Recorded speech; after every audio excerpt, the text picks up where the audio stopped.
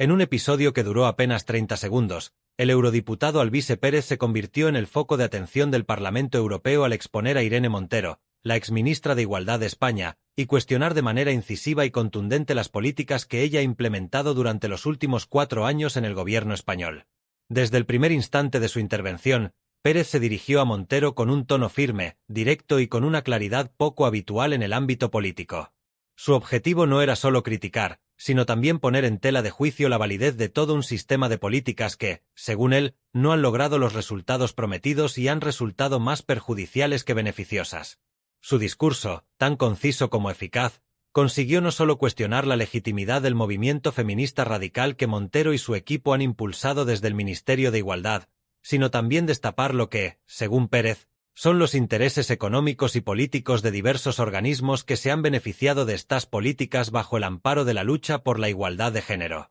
En sus palabras, la lucha feminista se ha transformado en un escudo para justificar subvenciones millonarias y el crecimiento de una industria que, lejos de solucionar el problema de fondo, perpetúa su existencia para garantizar su propia supervivencia. Pérez no se limitó a señalar esto, sino que con una valentía y franqueza inusuales en el ámbito parlamentario, lanzó una pregunta directa y desafiante a Irene Montero, dejándola visiblemente incómoda y sin capacidad de respuesta. La reacción a esta intervención tan contundente y directa no se hizo esperar. Las redes sociales se convirtieron en un campo de batalla, inundadas de ataques y comentarios por parte de sectores afines a la izquierda que, en un intento desesperado por desacreditar a Pérez, utilizaron todos los recursos a su disposición para tratar de minimizar el impacto de sus palabras. Desde acusaciones de machismo hasta intentos de desacreditar su historial como político, los seguidores y defensores de Montero emplearon una táctica común en el ámbito político: atacar al mensajero en lugar de enfrentar el contenido de sus críticas. Lo que hizo que las palabras de Pérez tuvieran un impacto tan profundo y difícil de refutar fue el hecho de que estaban respaldadas por datos oficiales y verificados. El eurodiputado mencionó, cifras en mano, las estadísticas del Instituto Nacional de Estadística de España que muestran un preocupante incremento en la violencia hacia las mujeres desde que se implementaron las políticas de Montero. Según los datos oficiales, en algunos casos la violencia se ha duplicado o incluso triplicado, lo cual contradice directamente el objetivo principal de las políticas del Ministerio de Igualdad. La intervención de Pérez no fue fruto de la casualidad ni de un ataque personal, sino que se trató de una crítica cuidadosamente elaborada, basada en un análisis profundo de las políticas de igualdad implementadas en España. La pregunta que formuló fue precisa, contundente y necesaria para abrir un debate que muchos consideran indispensable en un contexto en el que las políticas públicas deben ser evaluadas y juzgadas no solo por su intención, sino también por sus resultados reales. En definitiva, la intervención de Pérez buscaba precisamente que se reflexionara sobre si estas políticas han sido efectivas o si, por el contrario, han agravado la situación que pretendían mejorar. No obstante, la réplica que recibió por parte de los sectores progresistas y de los defensores de Montero fue la de desviar la atención del problema real, centrándose en atacar a Pérez personalmente en lugar de ofrecer una respuesta con argumentos y datos sólidos que refutaran su crítica. Esta táctica de distraer la atención y enfocar la discusión en difamar a quien se atreve a cuestionar la narrativa imperante no es novedosa. Es, de hecho, una estrategia bien conocida en el ámbito político, especialmente en las redes sociales, donde cada vez que alguien osa desafiar el relato oficial, se desencadena una campaña masiva para silenciarlo y desacreditarlo públicamente. Lo que aconteció tras la intervención de Pérez fue precisamente eso, una campaña orquestada para desprestigiarlo, en la que se utilizaron tanto cuentas automatizadas como perfiles de figuras públicas de la izquierda, quienes intentaron desacreditarlo alegando que sus palabras eran un ataque al movimiento feminista en general y a las mujeres que éste representa. Sin embargo, Pérez había sido diáfano en su intervención. Su crítica no era contra las mujeres ni contra la lucha legítima por la igualdad, sino contra aquellas políticas que, en su opinión, estaban siendo mal gestionadas y utilizadas como herramienta política para fines que nada tenían que ver con la defensa de los derechos de las mujeres. En sus propias palabras, cuando se presenta la verdad respaldada por datos, es difícil de rebatir.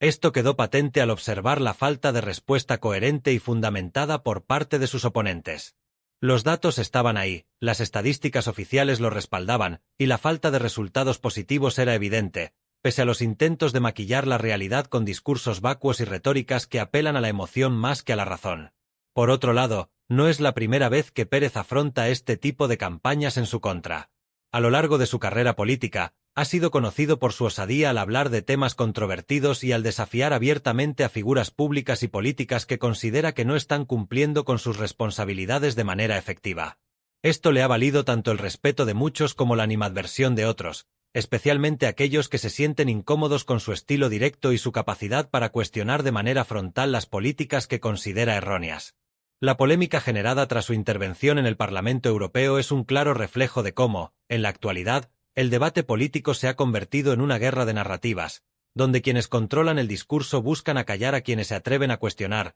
utilizando para ello no solo las redes sociales, sino también otros medios de comunicación y figuras públicas afines que refuercen su mensaje. La pregunta que surge entonces es si, en un contexto así, es posible tener un debate honesto y basado en datos en el que se puedan evaluar las políticas públicas sin caer en descalificaciones personales. La intervención de Pérez, aunque polémica, fue un intento de abrir esa puerta, de forzar una discusión que va más allá de las ideologías y se centra en los resultados reales. Sin embargo, la respuesta fue, como muchas veces sucede, intentar silenciar la voz del disidente en lugar de enfrentar la realidad de las cifras que, pese a todo, siguen siendo ineludibles. El debate sobre la relación entre inmigración y criminalidad es uno de los temas más controvertidos y delicados en el panorama político actual de España. Durante años, este ha sido un punto de fricción que provoca tensiones y enfrentamientos ideológicos, especialmente entre aquellos sectores que defienden políticas migratorias más restrictivas y los que abogan por una apertura de fronteras.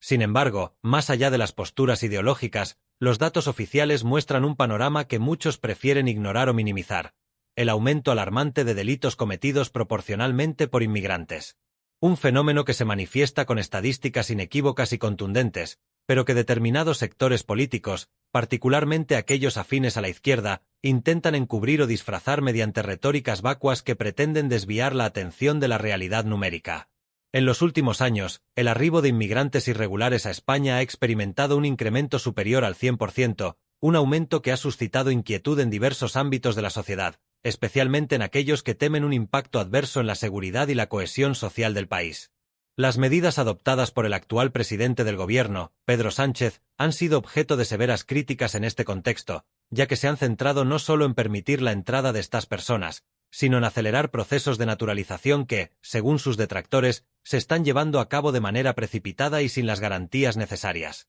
Estas disposiciones, que algunos consideran irresponsables y otros califican de humanitarias, han sido interpretadas como un intento evidente de Sánchez de captar el sufragio de este sector creciente de la población, lo que intensifica la polémica y la polarización en torno a la cuestión migratoria. Detrás de estas decisiones políticas se encuentran, indudablemente, grandes intereses económicos y un deseo vehemente de ciertos grupos de mantener el poder a toda costa. Las políticas de apertura de fronteras no solo tienen un impacto en el panorama político y social, sino que también benefician a determinados sectores económicos que se aprovechan de la mano de obra económica que supone la llegada masiva de inmigrantes. Empresas que buscan reducir sus costes laborales y sectores que se benefician del aumento de la población inmigrante se alinean con estas políticas, respaldando de manera encubierta las decisiones del gobierno en busca de maximizar sus propios beneficios. Además de los intereses económicos, también existen fuertes intereses políticos y mediáticos detrás de la narrativa que promueve la izquierda.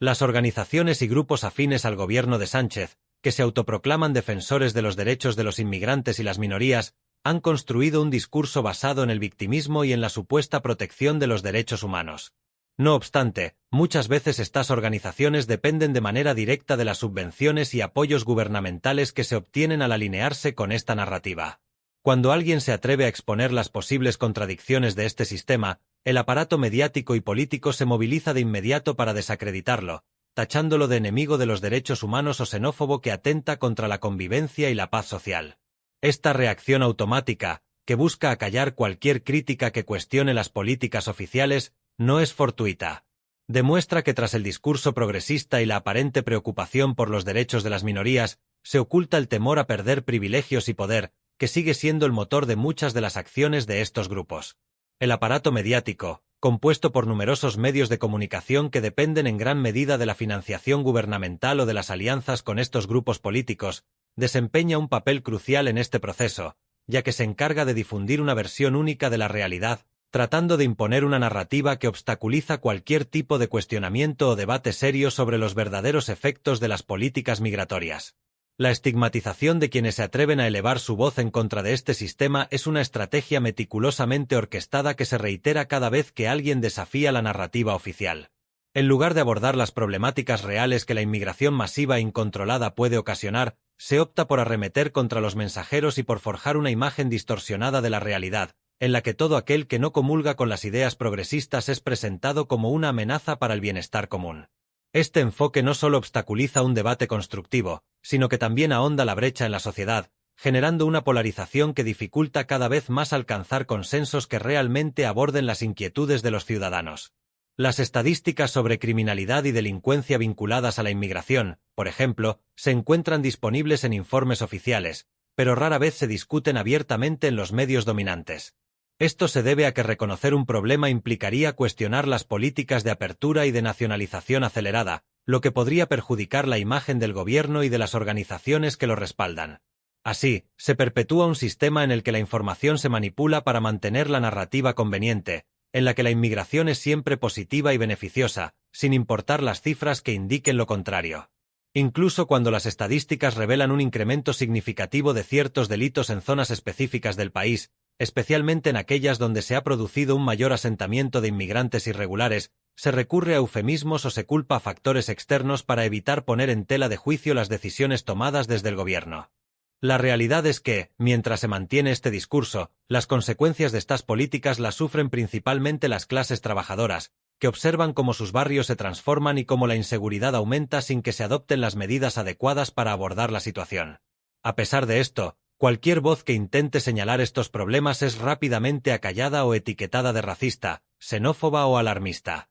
De este modo, se crea un ambiente en el que la corrección política se impone sobre el debate honesto y en el que cuestionar las políticas migratorias del gobierno se convierte en un tabú que pocos se atreven a romper por temor a las represalias políticas y sociales. La manipulación de la información, el uso de las redes sociales para desacreditar a voces disidentes y la creación de una narrativa única son herramientas que la izquierda ha aprendido a manejar con destreza. Cuando alguien como un periodista, un analista político o un ciudadano común se atreve a poner sobre la mesa las cifras y los datos que demuestran la relación entre inmigración y criminalidad, se movilizan los recursos necesarios para desacreditarlo, desviar la atención del debate real y mantener el relato de victimismo que tantos beneficios políticos y económicos les aporta. La situación actual pone en evidencia una clara y deliberada intención de controlar y moldear la narrativa dominante en la sociedad, especialmente en temas tan sensibles como el feminismo y la igualdad de género. En este contexto, la figura de Alvise Pérez se ha convertido en un símbolo de resistencia,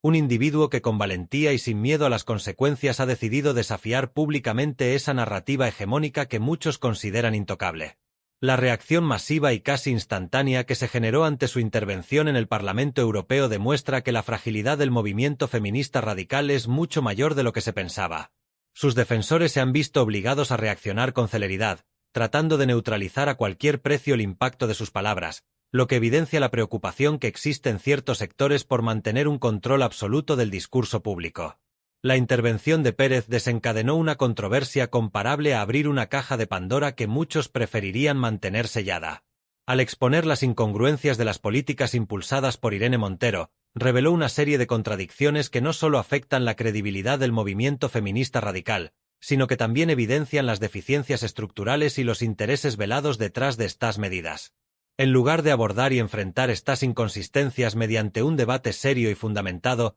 se ha optado por arremeter contra el mensajero. Esta reacción refleja un temor profundo a que el discurso construido durante años se vea debilitado o incluso desmoronado. Este ataque no se limita a Pérez como individuo, se trata de una ofensiva coordinada, orquestada por los mismos sectores que defienden las políticas de Montero, para desacreditar cualquier voz disidente que ose cuestionar el discurso oficial. La estrategia es evidente: crear un entorno en el que cualquiera que critique estas medidas sea rápidamente etiquetado como misógino, machista o incluso racista, buscando asociar cualquier crítica a prejuicios y estereotipos negativos que invaliden de inmediato el mensaje y la credibilidad del emisor. Este ambiente hostil no solo disuade a potenciales críticos de expresarse, sino que también obstaculiza el desarrollo de un debate honesto y necesario sobre la eficacia de estas políticas en la lucha contra la violencia de género. La realidad, sin embargo, se manifiesta en cifras y datos difíciles de ignorar. A pesar de las promesas y las intenciones anunciadas, las políticas de Montero no han logrado disminuir la violencia de género. Por el contrario, algunos estudios y estadísticas muestran que los índices de violencia han permanecido estables o incluso han aumentado en ciertos contextos. Esto sugiere que, en lugar de abordar las causas reales del problema, estas políticas han desviado la atención y se han centrado en narrativas que a menudo se alejan de las soluciones efectivas. En consecuencia, se ha generado un terreno propicio para la manipulación política, donde el énfasis en el victimismo y la creación de un relato de opresión constante sirve más para fines electorales que para resolver los problemas de fondo. El uso de la narrativa del victimismo no solo es una herramienta para desviar la atención de las verdaderas causas de la violencia, sino que también tiene consecuencias devastadoras en la vida de muchas mujeres que realmente necesitan ayuda. Cuando se crea un ambiente en el que las denuncias se trivializan o se utilizan para fines políticos, se corre el riesgo de que aquellas mujeres que verdaderamente sufren violencia se sientan desmotivadas a buscar apoyo o justicia.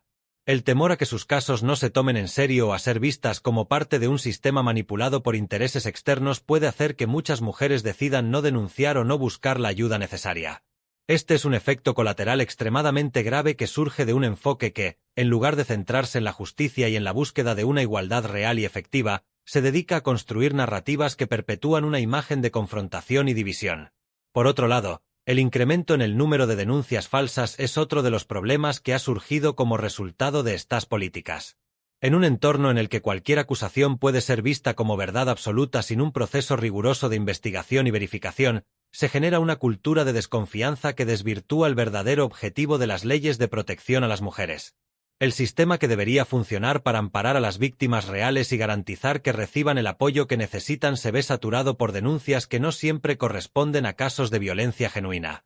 Esto no solo sobrecarga el sistema judicial y de asistencia social, sino que también pone en peligro la credibilidad de las verdaderas víctimas, quienes se ven atrapadas en un sistema que muchas veces las ignora o minimiza debido al escepticismo que generan los casos de denuncias infundadas. En este sentido, el impacto de esta narrativa fundamentada en el victimismo es mucho más profundo y perjudicial de lo que aparenta a primera vista. El hecho de que el sistema esté más enfocado en mantener una imagen pública y en impulsar una agenda política que en solucionar los problemas reales genera un entorno en el que las mujeres más necesitadas de ayuda son las que más padecen. Cuando se prioriza la ideología sobre la realidad y la eficacia de las políticas, se corre el riesgo de perder de vista el objetivo principal, la justicia y la igualdad auténtica para todas las personas, sin importar su género. En lugar de centrarse en medidas preventivas eficaces como la educación, el fortalecimiento de las instituciones de apoyo y la creación de programas que verdaderamente influyan en las comunidades, se sigue un enfoque de confrontación que divide a la sociedad y desdibuja el verdadero problema. Alvise Pérez, al exponer estas verdades incómodas, no solo se enfrenta al aparato mediático y político que busca desacreditarlo, sino también a un sistema que, al perpetuar estas narrativas, pone en riesgo la confianza pública y la posibilidad de generar cambios reales y efectivos. Este empeño en desacreditar a las voces disidentes también muestra una clara intención de intimidar y silenciar a quienes, como Pérez, se atreven a cuestionar los cimientos del sistema. Esta estrategia no solo se enfoca en la figura de Pérez, sino que es un mensaje a cualquiera que en el futuro considere hacer lo mismo. El mensaje es claro: cualquier voz que intente romper con la narrativa establecida será atacada y desacreditada de manera inmediata y con todos los recursos disponibles, ya sea a través de campañas en redes sociales, medios de comunicación afines o figuras públicas que se prestan a seguir el guión oficial. Esta forma de proceder no solo pone en evidencia las debilidades del sistema, sino que también resalta el temor que existe entre quienes ostentan el poder de perder el control sobre la narrativa, por ende, sobre la influencia que ejercen en la sociedad. Mientras tanto, los detractores de Pérez se esfuerzan en encuadrar su intervención como un ataque directo a la igualdad, buscando desviar la atención de la verdadera intención de su crítica. Sin embargo, lo que está en juego va mucho más allá de una simple confrontación ideológica. Se trata de la posibilidad de abrir un debate genuino y constructivo sobre las políticas de género que se han implementado en los últimos años. Criticar estas políticas no significa negar los problemas reales que enfrentan las mujeres en la sociedad, como la violencia de género o la desigualdad laboral. Al contrario, es un llamado a enfrentarlos de manera más efectiva, realista y ajustada a las necesidades de quienes realmente están en situación de vulnerabilidad. La discusión, que no para de intensificarse, pone en evidencia que el discurso dominante, aquel que ha sido defendido por la izquierda y por ciertos sectores del feminismo radical, se tambalea y se enfrenta a un escrutinio público que ya no puede ignorarse. El hecho de que figuras como Pérez desafíen abiertamente este relato hegemónico es un indicativo de que hay un deseo de replantear las estrategias para abordar la violencia de género, una necesidad urgente que va más allá de los eslóganes y las campañas simbólicas. No se trata solo de hablar de los problemas y visibilizarlos, se trata de encontrar soluciones que verdaderamente protejan y empoderen a las mujeres y que, sobre todo, tengan un impacto real y positivo en sus vidas. Las críticas a estas políticas, lejos de ser un obstáculo, son un elemento esencial para el progreso. Ignorarlas o desacreditarlas sin entrar en un análisis profundo es cerrar las puertas a la posibilidad de mejorar y avanzar. La política de igualdad no debe limitarse a ser un eslogan que se utiliza para ganar votos o para justificar la existencia de un ministerio, sino que debe traducirse en medidas concretas y efectivas que verdaderamente marquen la diferencia. Las estadísticas y los resultados de las políticas vigentes son preocupantes. Aunque las intenciones puedan ser loables, los datos evidencian que los objetivos no se están alcanzando. Si la izquierda y los defensores acérrimos de estas medidas se sienten amenazados por estas verdades incómodas, es un claro indicio de que algo en el sistema no está funcionando adecuadamente. La falta de autocrítica y la obstinación en defender un modelo que ha fracasado en sus propósitos no solo es irresponsable, sino también peligroso, ya que perpetúa un sistema que no está solucionando los problemas y que, en algunos casos, los está agravando. Los intentos de desviar la atención hacia ataques personales y desacreditación no son novedosos en el ámbito político, pero en este caso se presentan como esfuerzos evidentes y orquestados para acallar un debate que resulta crucial para progresar. En lugar de afrontar la crítica con argumentos y datos que demuestren la eficacia de las políticas implementadas, se opta por atacar al mensajero, intentando etiquetar cualquier oposición como un acto de misoginia o de negación de los derechos de las mujeres. Este tipo de respuestas no solo empobrecen el debate, sino que también revelan una intención de evitar que se cuestionen las políticas de fondo, protegiendo un sistema que se ha beneficiado de mantener ciertas verdades ocultas. Es fundamental recordar que cuando se producen estos ataques contra quienes se atreven a plantear preguntas incómodas, el objetivo real es desviar la atención del verdadero problema y evitar que se ponga en tela de juicio una narrativa que ha sido construida y defendida por aquellos que ostentan el poder. La próxima vez que escuchemos un ataque o una campaña de desprestigio contra aquellos que plantean estas cuestiones, debemos tener en cuenta que lo que se busca en el fondo es impedir que se cuestionen las verdades incómodas que el sistema prefiere mantener en la sombra. Este patrón de desacreditación es un intento de perpetuar una estructura que, al no ser capaz de responder de manera efectiva a las críticas, recurre a la descalificación como último recurso para evitar un debate que podría exponer las inconsistencias y los errores de las políticas actuales. La verdadera pregunta que surge de todo esto es, ¿estamos dispuestos a permitir que el miedo a perder control sobre la narrativa impida el progreso? Es urgente abrir un espacio donde todas las voces, incluso aquellas que critican de manera constructiva, puedan ser escuchadas y analizadas sin prejuicios, sin etiquetas y sin descalificaciones automáticas. La realidad es que solo a través de un debate sincero y fundamentado se podrán encontrar las soluciones que realmente protejan y empoderen a las mujeres. Si el sistema se niega a permitir este debate, es indicativo de que el enfoque actual se sostiene más en mantener el poder y la influencia que en un verdadero interés por la igualdad y la justicia. Además, es importante que se reconozca que el avance de la igualdad no solo implica visibilizar los problemas, sino también proponer estrategias que estén basadas en evidencia y que tengan un impacto tangible en la sociedad. Si se sigue aferrando a un modelo que hasta ahora no ha funcionado como se esperaba, el peligro radica en continuar perpetuando las desigualdades y las injusticias que estas políticas supuestamente buscan erradicar. Por eso, no se puede subestimar la importancia de la crítica y del cuestionamiento constante como motores de cambio. Sin ellos, se corre el riesgo de estancarse en un sistema que se autojustifica. La situación actual es una oportunidad para que se reevalúe y se busquen nuevas vías que no solo se limiten a lo simbólico, sino que tengan un impacto real y medible en la vida de las personas. Si la izquierda o cualquier otro sector que defienda estas políticas no está dispuesto a enfrentar las críticas y analizar los datos con honestidad, es probable que el problema continúe sin resolverse y que las personas que más necesitan ayuda sigan desprotegidas. La pugna por la equidad y la imparcialidad no debe ser un asunto de doctrina política o de estrategia electoral. Ha de constituir un auténtico compromiso con el bienestar y la salvaguarda de todos los individuos, particularmente de aquellos que se hallan en circunstancias de fragilidad.